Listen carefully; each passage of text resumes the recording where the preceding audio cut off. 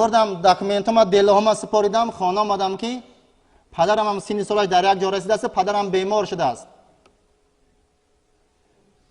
نگاه کردم دخترها میبیان میرن، ملاها یاسین میخونن میرن و بعدا گفتم فرزند عزیز پدرت غنیمت شده مانده است.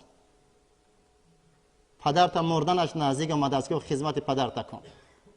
من در مردن پدرم راضی بودم، ملال شدم که من پدرم از دنیا میگذرد و من نزدیکی پدرم نمیرم.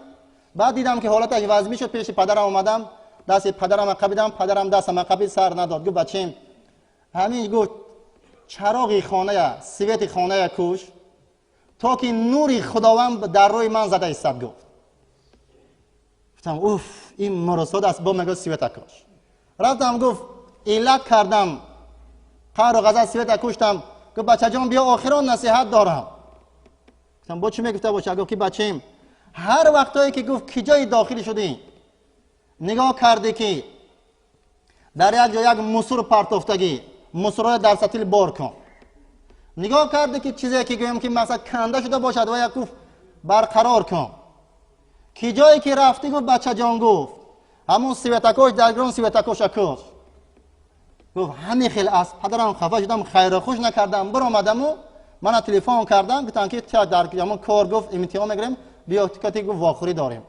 سری رفتم واخوری و از پدرم دعایم نگرفتم.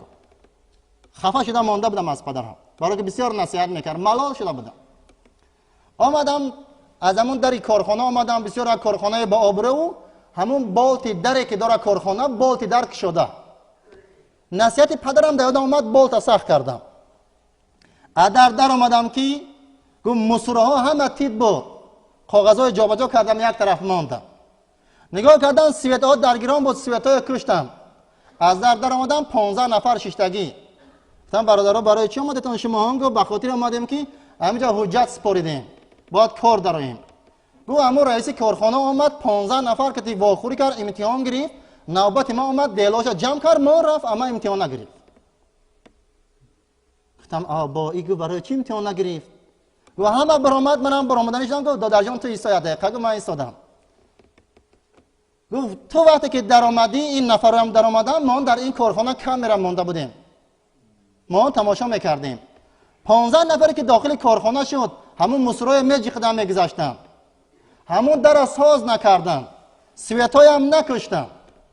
لیکن ما نگاه کردیم که تو در آمدن زماتی در ساز کردیم، سویتای خاموش کردیم، کاغذای جمع کردیم. برای ما تو بار یک جوان در کارکی باید تدبیرکار باشد، ذهنش تیز باشد، در کار از صدق دل کار کند. به خاطر همه رفتار و کردارت ما اون به کار قبول کردیم. گفت نصیحت پدرم در یادم است. گفتم الحمدلله. گفت روام همین خوش خبر در پدرم رسانم. گفتم کی کار بیام؟ گفت روز دوشنبه. از کارخانه برآمدم دوان گفت نزد خانه آمدم، یک 50 متر مانده بود. نگاه کردم که یک 10-15 نفر مردم جمع شده. نگاه کردم دروازه همان کشاده بوده است. از دروازه در آمدم، بچه جان مصره ها را جمع کن، بچم سوید را کوش، بچم کم بغل دستگیری کن. اون پدرم از دنیا گذشته است. اون کاری که در آمدم در پدرم گفتم نتونستم. گفتم نتونستم که پدر جان من کاری نو بدر آمدم. گفتم پدر جان مرا ببخش. امروز برادران عزیز گرامی، جوانایی که ما هستیم از نصیحت پدر و مادر ما ملال میشیم. این پدر و مادر غنیمت برادران عزیز، اینها یک برکت هستند در خانه‌مان. اینها اینجا نگاه کن هستند، پدراشون وقتش از دنیا گذشتن، اینا پول نداشتن، امروز پولدار شدن، مالدار شدن.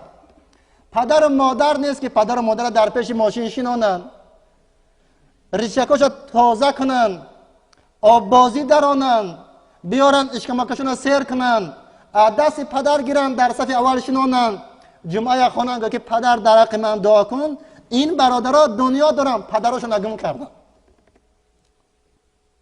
یه روز ما هم گم میکنیم برادران عزیز.